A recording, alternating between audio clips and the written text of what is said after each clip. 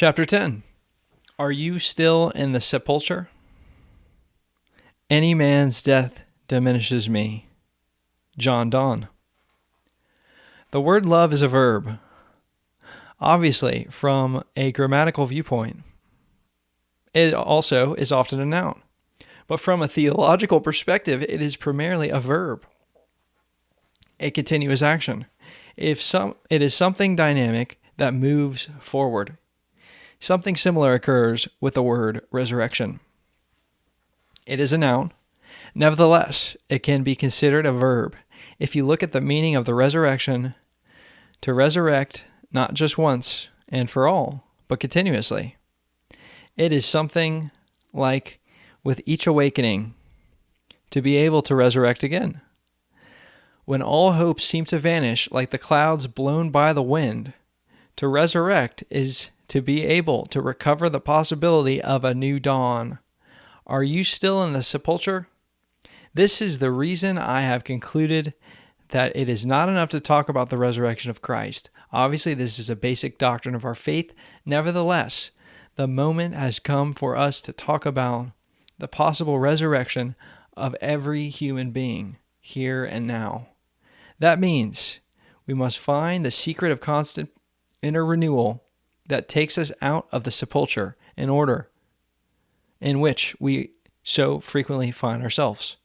It is by the power of the risen Christ that we can also be resurrected from the past into the future, from sadness into joy, from fatalism to free will, from anxiety to the shalom of God, from anguish to contentment, from hatred to love, and from death to life.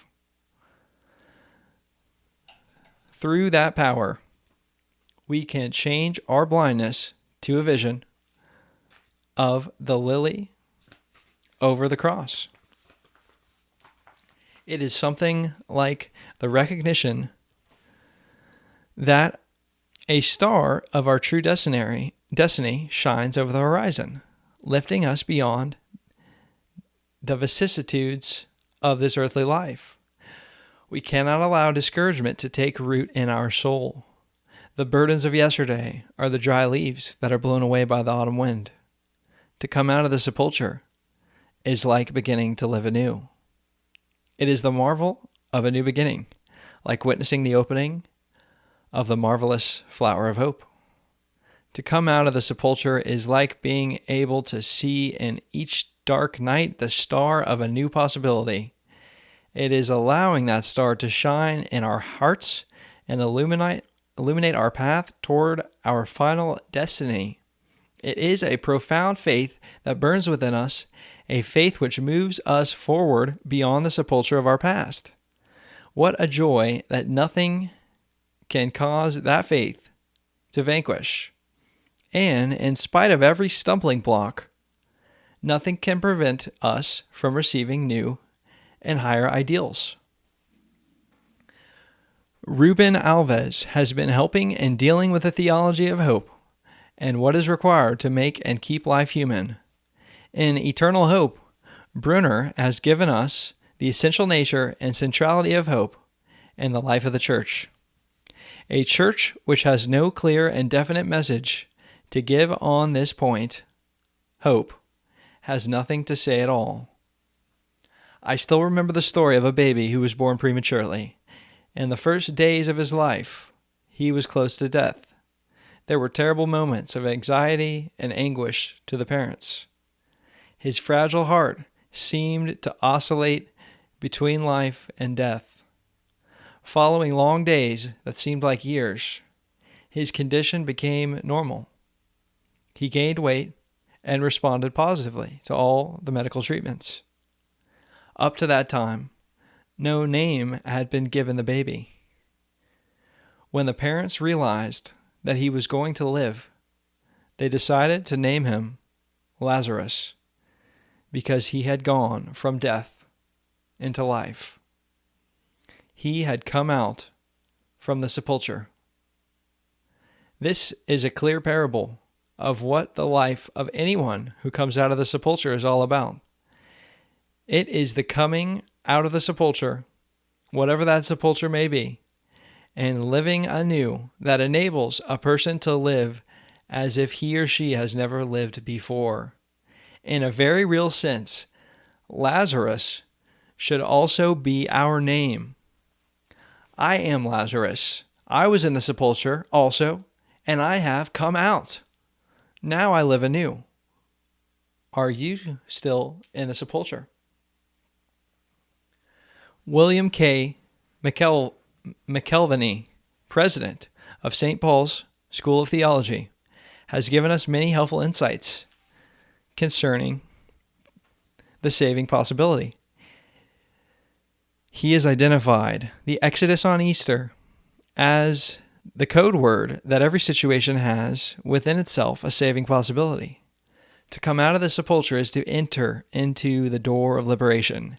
In the midst of the vicissitudes of human existence and all the ambiguities that we encounter, we can rediscover the meaning of love, power, and justice as related to the meaning of being.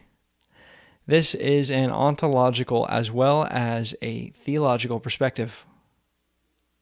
Coming out from the sepulcher means to affirm the one alternative that we have before us, that is, to assume responsibility for our lives and not become victims of despair or disillusionment.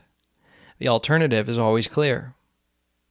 On one hand, we can decide that life is not worth living. On the other, we can trust in God's power, which enables us to move into the future victoriously. The power of the risen Lord sets us free to lead a new life. To say yes to life could be relatively easy when all goes well, but difficult when a person is in the midst of sorrow and suffering.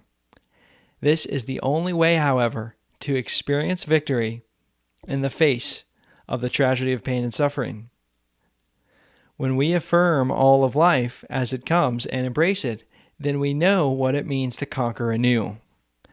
The experience of conquering or being able to overcome does not need to be identified necessarily with mere happiness or even joy.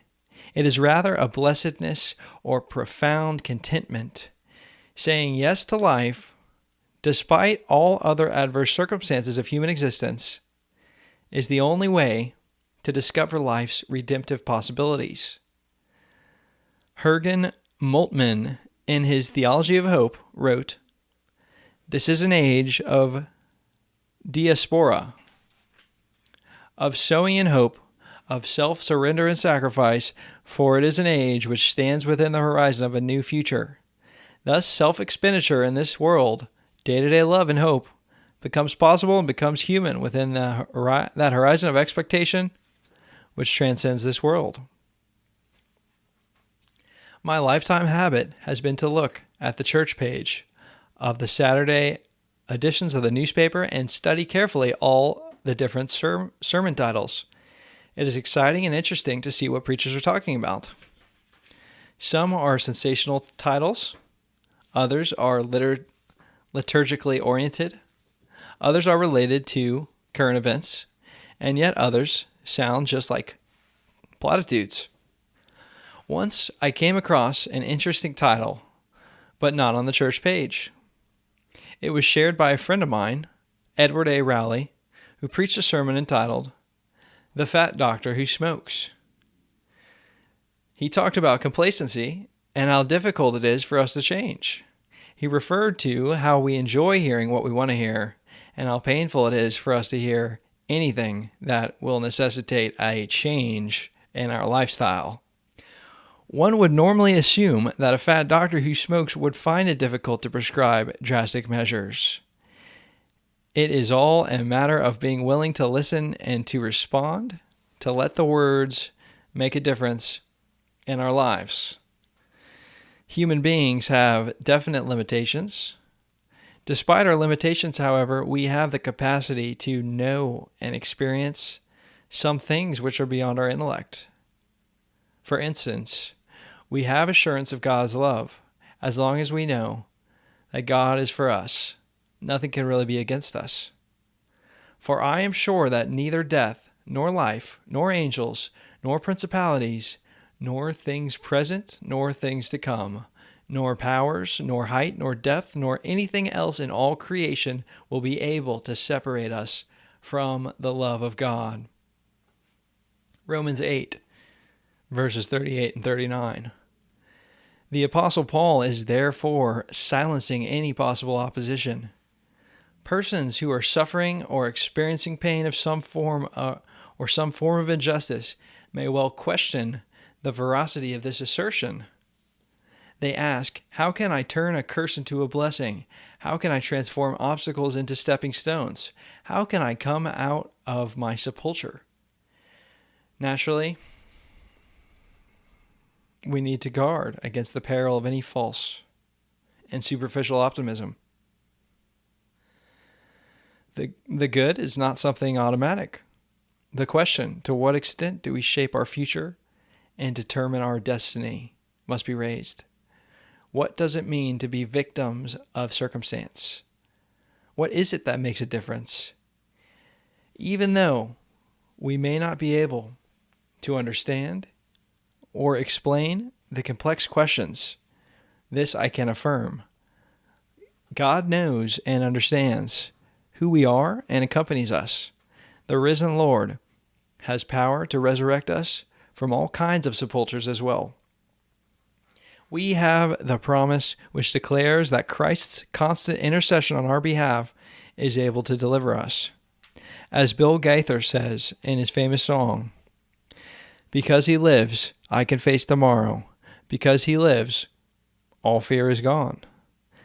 Because I know he holds the future, and life is worth the living just because he lives." Jesus is calling us from all kinds of sepulchres. The sepulcher of spiritual death that comes about as the result of our extreme familiarity with the gospel, which we have come to take for granted and which no longer impacts our lives. We have a need to be unbound and to be set free, to really hear the good news of the gospel of Jesus Christ, of justification by grace, of what it means to forgive and to be forgiven. The sepulcher of separating our understanding and observance of the Christian faith from the issues of racism, poverty, and dehumanizing conditions. The sepulcher of a complacent and dull routine that keeps us from ever questioning why we do what we do and from endeavoring to find the rationale for being in ministry. The sepulcher of a fear of dying, even when we already have died with Christ. The sepulcher of ignorance of our own finitude. The whitened sepulcher of hostility and hatred, which is oftentimes disguised as love. The sepulcher of forever trying to prove ourselves as human beings, trying to gain approval when we have already gained our approval by God's love. The sepulcher of trying to find meaning in our existence as well as self-understanding in schemes and self-generated techniques, which eventually lead to self-defeat, instead of learning what it means to be receptive to God's unconditional love. To come out of the sepulcher may mean, for some persons, to cease engaging in any type of self-destructive behavior, to become creatively alive and live fully the present moment, to stop going around blaming others or wishing things were different, to demonstrate an inner zest and enthusiasm for all of life, to be willing to change the things that can and must be changed, to live free from self-condemnation and extreme sense of guilt, thus being able to run and not be weary, walk and not faint. From Isaiah chapter 40, verse 31. To be willing to take some risks, even if it means some misunderstandings, or the possibility of failure. Always assured that failure need not be final. To be willing to let go of the past without remorse and become future-oriented persons. to live victoriously even in the midst of the ambiguity of human existence and the unanswered questions, fully aware that quite frequently life is unfair. To be caring, compassionate, and seriously interested and concerned for the lives of other persons here and now in this world. And to be creative and free to face up to life unafraid. How long are you going to be dead? Are you still in the sepulcher? To come out means to go from death into life, newness of life, the resurrected life here and now. Think about these observations and questions. Some persons are in the sepulcher of grief because the loss of a loved one or the loss of something else which gave meaning to their existence. Yet life must go on, and even in the darkest grief, there are moments of light. Are you still grieving? Are you willing to come out of the sepulcher of grief? Following the raising of Lazarus, Jesus said to the disciples, "Unbind him and let him go." John 11, verse 44. This is an essential part of the resurrected life. Many so-called Christians are still bound. They must be set free to live and to minister. Are you still bound? Do you know of someone who is bound? Would you be willing to stretch out your hand to reach that person and lift him or her up from the sepulcher of bondage? The resurrected life is like that of a phoenix which arises out of the ashes of the past into newness of life. Are you resurrected? Do you live in the midst of the hopelessness of lost horizons? Or is your middle name Lazarus also? Pray aloud. O risen Lord, I affirm your power to resurrect me also from all the sepulchres in which I find myself, namely, and I stretch out my hand to meet your hand so that I may be lifted and live again. With this assurance, I will look upward and travel onward and not be afraid. Amen. A thought for reflection. You are accepted by Paul Tillich. Sometimes at that moment, a wave of light breaks into your darkness, and it is as though a voice were saying, "You are accepted. You are accepted. Accepted by that which is greater than you, and the name of which you do not know." Do not ask for the name now. Perhaps you will find it later. Do not try to do anything now. Perhaps you will do much. Do not seek for anything. Do not perform anything. Do not intend anything. Simply accept the fact that you are accepted. If that happens to us, we experience grace. After such an experience, we may not be better than before, and we may not believe more than before, but everything is transformed. In that moment, grace conquers sins, and reconciliation bridges the gulf of estrangement, and nothing is demanded of this experience. No religion or moral or intellectual presupposition, nothing but acceptance. But sometimes it happens that we receive the power to say yes to ourselves, that peace enters into us and makes us whole, that self-hate and self-contempt disappear, and that our self is reunited with itself. Then we can say that grace has come upon us. We are prisoners of hope with the acceptance of God's love. We are set free to live. Hope Abideth by Maltby Babcock. Failure will hurt, but not hinder me. Disillusionment will pain, but not dishearten us. Sorrows will shake us, but not break us. Hope will set the music ringing and quicken our lagging pace. We need hope for living, far more than for dying. Dying is easy work compared with living. Dying is a moment's transition. Living is a transaction of years. It is the length of the rope that puts the sag in it. Hope tightens the cord and tunes up the heartstrings. Work well then, suffer patiently, rejoicing in hope. God knows all, and yet is the God of hope. And when we have hoped to the end here, he will give us something to look forward to for all eternity, for hope abideth.